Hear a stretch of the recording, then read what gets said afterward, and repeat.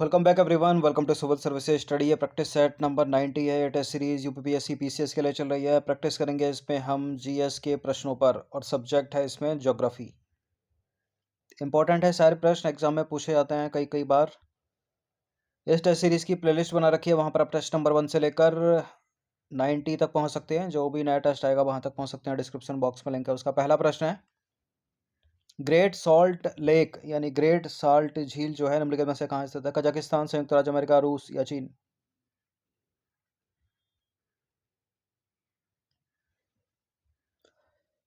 यह है संयुक्त राज्य अमेरिका में, बी है इसका आंसर।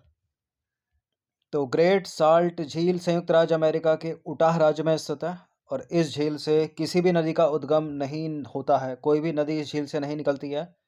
लगभग 80,000 टन नमक ग्रेट साल्ट झील से तैयार किया जाता है, यानी इस झील से तैयार किया जाता है। जॉर्डन, बीबर और वियर नदियाँ इस झील में गिरती हैं। ठीक है, ये 3 नदियाँ इसमें गिरती हैं, लेकिन किसी नदी का उद्गम इस झील से नहीं होता है। क्वेश्चन नंबर 2 पर आ जाइए। निम्नलिखित सागरों को पश्चिम से पूर्व की ओर रखिए, मतलब वेस्ट टू ईस्ट रखना है इनको। विश्व मानचित्र पर पश्चिम से पूर्व की ओर सबसे पहले कौन सा आएगा? और कुछ भी पूछ सकता है एग्जाम में। पश्चिम से पूर्व यहाँ पूछा है, पूर्व से पश्चिम पूछ लेगा। ये तो पश्चिम से पूर्व है, पूर्व से पश्चिम पूछ लेगा। तो सबसे पहले पश्चिम में, इनमें से सबसे पहले पश्चिम में यहाँ आएगा मेडिटेरियन सी यानी भूमध्य सागर। उसके बाद आएगा काला सागर, काला सागर के बाद आएगा कैस्पियन सागर और छोटू सा यहाँ पर होगा एरल सी। अब एक तो इम्पोर्टेंट ये हो गया पूर्व से पश्चिम की ओर, पश्चिम से पूर्व की ओर। एक होता है कि ये जो सागर है किन किन देशों से लगे हैं, अपनी तटीय सीमा बनाते हैं, वो भी अपने आप में एक इम्पोर्टेंट प्रश्न बनता है। सी है इसका आंसर।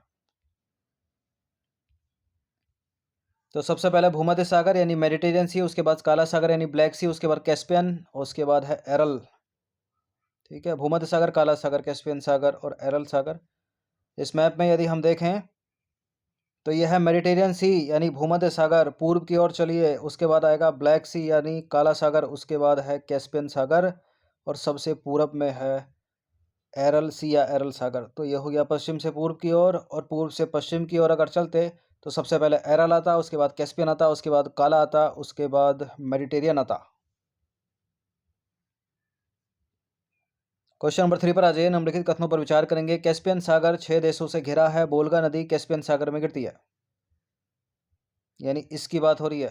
ठीक है, ये कैस्पियन सागर बहुत पूछते हैं कौन कौन से देश इसके साथ अपनी तटीय सीमा बनाते हैं। तो कैस्पियन सागर 5 देशों से घिरा है, ना कि 6 देशों से।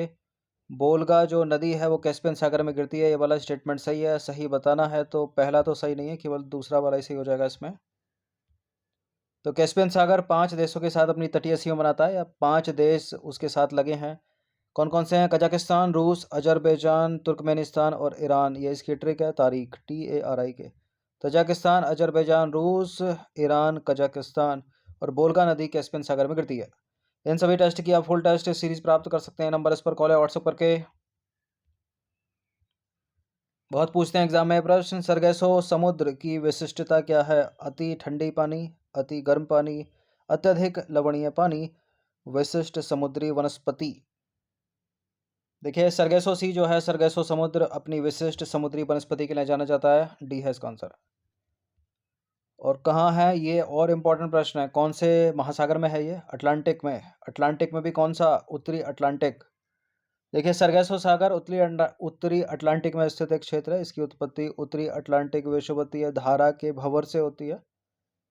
और इस क्षेत्र में सारगसम नामक एक वनस्पति जो है बहुत अधिकता में पाई जाती है, जिस कारण इसका नाम पड़ा सरगेसो सी या सरगेसो सागर।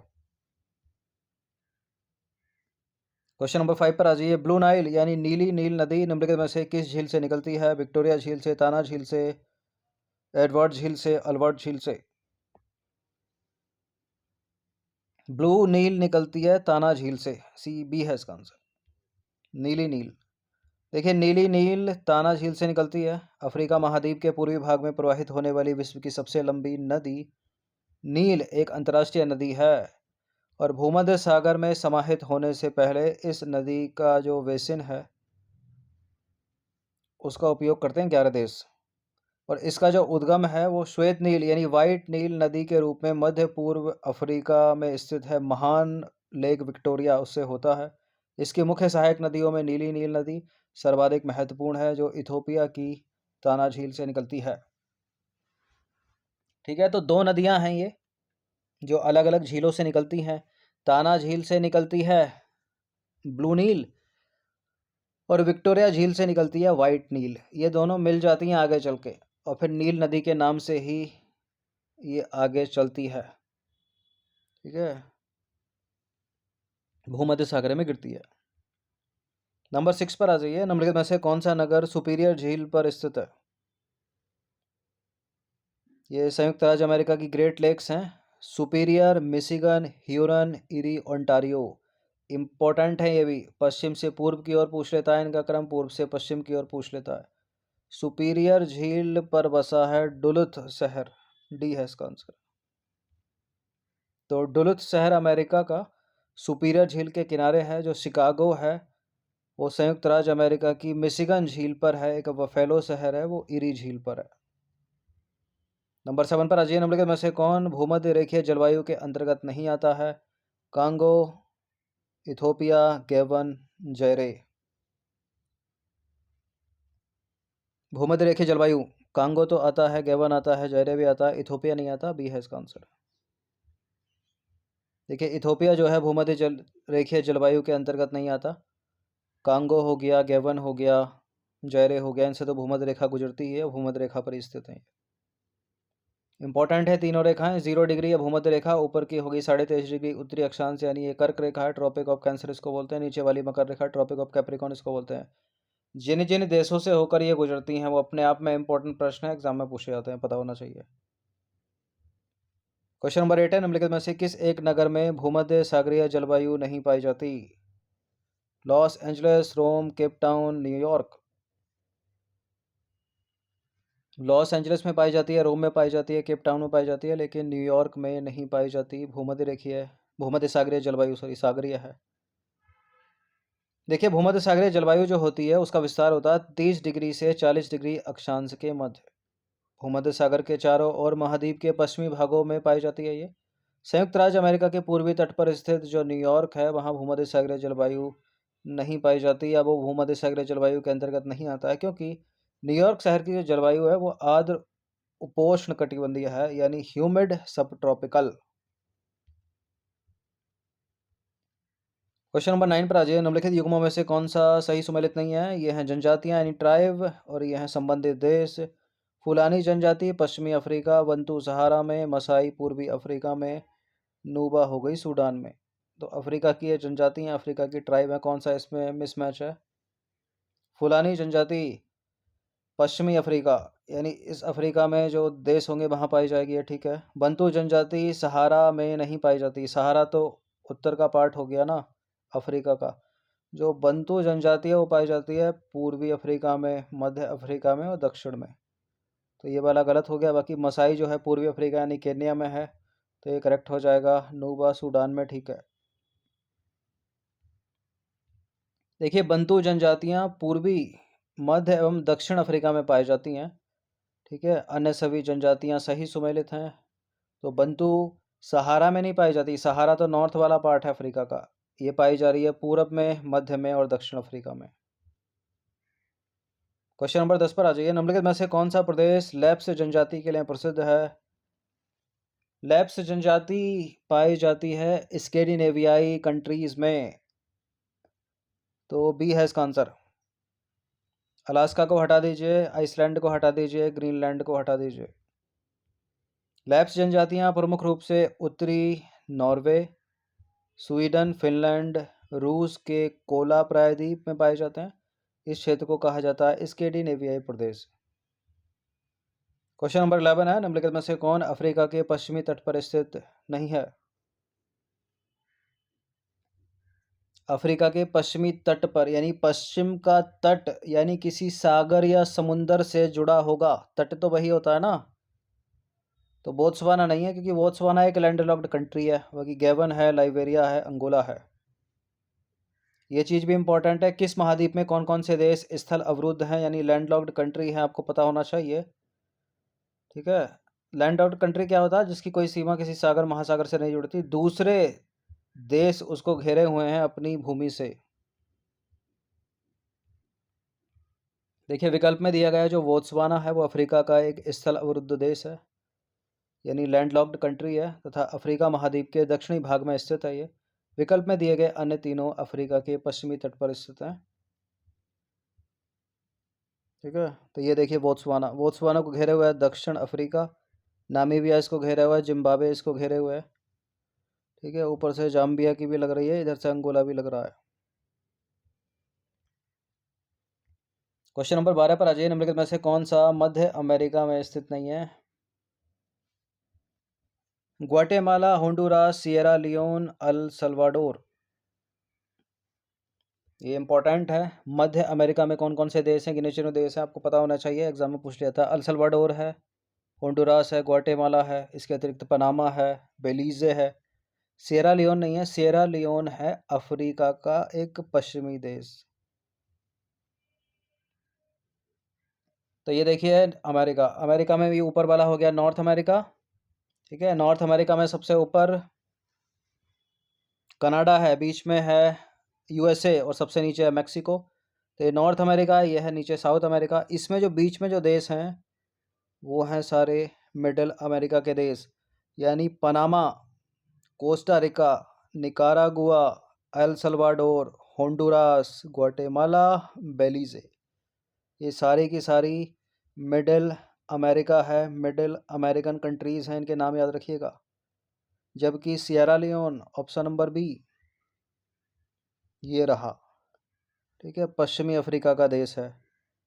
ये सारे हैं ना, लाइबेरिया है, सिएरा लियोन है, ये गुयाना है, सेनेगल है, ठीक है, मारुतिनिया, माली, घाना, ये सब पश्चिमी अफ्रीका के देश हैं और ये सब लगे हैं तटीय अटलांटिक ओशियन से। नंबर 13 पर अजय निम्नलिखित में से कौन सा देश आर्कटिक वृत्त के दक्षिण में पाया जाता है? आर्कटिक सर्कल के दक्षिण में, यानी यहीं कहाँ, यहीं होना चाहिए वो। और बाकी से तो आर्कटिक सर्कल ही गुजर रहा है, जैसे कि ग्रीनलैंड से यहाँ आर्कटिक सर्कल गुजर रहा है। ठीक है, ये कनाडा पूरा फैला है यहाँ, इससे भी आर्कटिक सर्कल, लेकिन कनाडा ऑप्शन में नहीं है। इधर स्वीडन से आर्कटिक सर्कल गुजर रहा है। ठीक है, नॉर्वे से गुजर रहा है। आइसलैंड इसके दक्षिण में पड़ जाता है। ठीक है, तो ये है, ये है, ये है, आइसलैंड नहीं है, तो बी है इसका आंसर। देखिए आइसलैंड जो है आर्कटिक वृत्त के दक्षिण में स्थित है, बाकी ग्रीनलैंड, नॉर्वे, स्वीडन से तो आर्कटिक सर्कल गुजरता ही है। इसमें देखिए ये है आर्कटिक सर्कल ब्लू वाला, तो कनाडा से भी गुजर रहा है आर्कटिक सर्कल। ये ग्रीनलैंड देखो कितना बड़ा है, यहाँ से भी गुजर रहा है। और ये देखो, और जूम मारते हैं इसको। ठीक है, नॉर्वे दिख गया, नॉर्वे से ये स्वीडन है ऊपर तक फैला हुआ है, फिनलैंड है इससे गुजर गया, रूस से गुजर गया आर्कटिक सर्कल। लेकिन आइसलैंड देखो इसके दक्षिण में है। और यहीं से प्रश्न उठा लेते हैं एग्जामिनर इसी तरह के। नंबर 14 पर आ जाइए। निम्नलिखित में से कौन सा देश देश नील नदी द्वारा अपवाहित नहीं होता है? बताइए किस में ड्रेनेज नहीं है, उस किस देश में नहीं है नील नदी का? सूडान में तो है, साउथ सूडान होता है उसमें भी होता, मिस्र में भी है। ठीक है, लीबिया में नहीं है और लीबिया के साथ साथ चाड में भी नहीं है, तो डी है इसका आंसर। तो लीबिया और चाड जो है नील नदी के अववाहित क्षेत्र में नहीं आते। इसको देखेंगे अब इसमें मैप में। ठीक है, यहाँ से निकली, देखिए लेक विक्टोरिया से निकली, लेक विक्टोरिया से निकलती है नील नदी। ठीक है, और लेक ताना झील से निकलती है ब्लू नाइल, लेक विक्टोरिया से निकलती है वाइट नाइल, ये वाइट नाइल निकली, ये ब्लू नाइल निकली, आगे जाके ये मिल गई, नील नदी के नाम से ही आगे जा रही है, आगे जा रही है, और यहाँ पर जो देखिए मेडिटेरियन सी में गिर गई। अब जहाँ जहाँ से गुजरेगी, जिन जिन देशों से, उनको अपवाहित करेगी, जैसे कि इजिप्ट मिस्र को करेगी, सूडान को करेगी, ठीक है, साउथ सूडान इसको भी करेगी, युगांडा को करेगी। अब देखो लीबिया को सो दूर है इससे, चार्ड भी दूरी है, ठीक है, तो इससे इससे किसी को भी उठा के प्रश्न बना लेंगे एग्जामिनर। ये दोनों इसके अपवाद क्षेत्र में नहीं आते। ठीक है, सेंट्रल अफ्रीकन रिपब्लिक अगर ये पूछ लेता, ये भी इसके अपवाद क्षेत्र में नहीं आता है। डेमोक्रेटिक भी नहीं आता है। तो इससे इससे अधिकतर इससे ही प्रश्न बनता है, इससे बनता है। नंबर 15 पर आ जाइए। लोम्बोक जलडमरू मध्य किन दो द्वीपों के मध्य स्थित है? जावा बाली, संबाबा जावा, लोम्बोक संबाबा, बाली लोम्बोक। लोम्बोक जलडमरू मध्य है, बाली लोम्बोक ए है इसका आंसर। तो लोम्बोक जलडमरू मध्य इंडोनेशिया के बाली एवं लोम्बोक द्वीपों के मध्य स्थित है। यह जलडमरू मध्य जावा सागर को हिंद महासागर से जोड़ता है। चलिए क्वेश्चन नंबर 16 पर आ जाइए। क्वेश्चन नंबर 16 है, स्वर्णरेखा नदी से रिलेटेड दो स्टेटमेंट है, यहाँ पर बताने कि इनमें से कौन सा करेक्ट होगा। स्वर्णरेखा नदी भारत के उड़ीसा, झारखंड और पश्चिम बंगाल में प्रवाहित होने वाली एक नदी है और भिलाई इस नदी के तट पर स्थित है। देखिए, भिलाई नहीं बल्कि जमशेदपुर स्वर्णरेखा नदी के तट पर स्थित है। गलत है पहला स्टेटमेंट। दूसरा वाला गलत है, दूसरा वाला स्टेटमेंट, केवल पहला वाला ही सही है। तो इसका आंसर हो जाएगा केवल एक। तो स्वर्णरेखा नदी भारत के उड़ीसा, झारखंड और पश्चिम बंगाल में प्रवाहित होने वाली एक नदी है। जमशेदपुर इस नदी के तट पर है, न कि भिलाई। नंबर 17 पर आ जाइए। निम्नलिखित कथनों पर विचार करेंगे। दो कथन है यहाँ पर। धूपगढ़ जो है मध्य प्रदेश की सतपुड़ा पर्वतमाला का सबसे ऊंचा स्थान है और यह जो चोटी है महादेव पहाड़ियों में स्थित है। कौन सा इसमें सही है? ये दोनों के दोनों ठीक ही हैं। सी है इसका आंसर। तो धूपगढ़ जो है मध्य प्रदेश की सतपुड़ा पर्वतमाला का सबसे ऊंचा स्थान है। पहाड़ी का जो शिखर है सूर्यास्त देखने के लिए एक लोकप्रिय क्षेत्र भी है। पंचमढ़ी हिल स्टेशन इसके शिखर के निकट ही स्थित है, मध्य प्रदेश में। क्वेश्चन नंबर 18 है, निम्नलिखित में से किसकी उत्पादकता सर्वाधिक होगी? घास के मैदान, मैंग्रोव वन, झील, महासागर।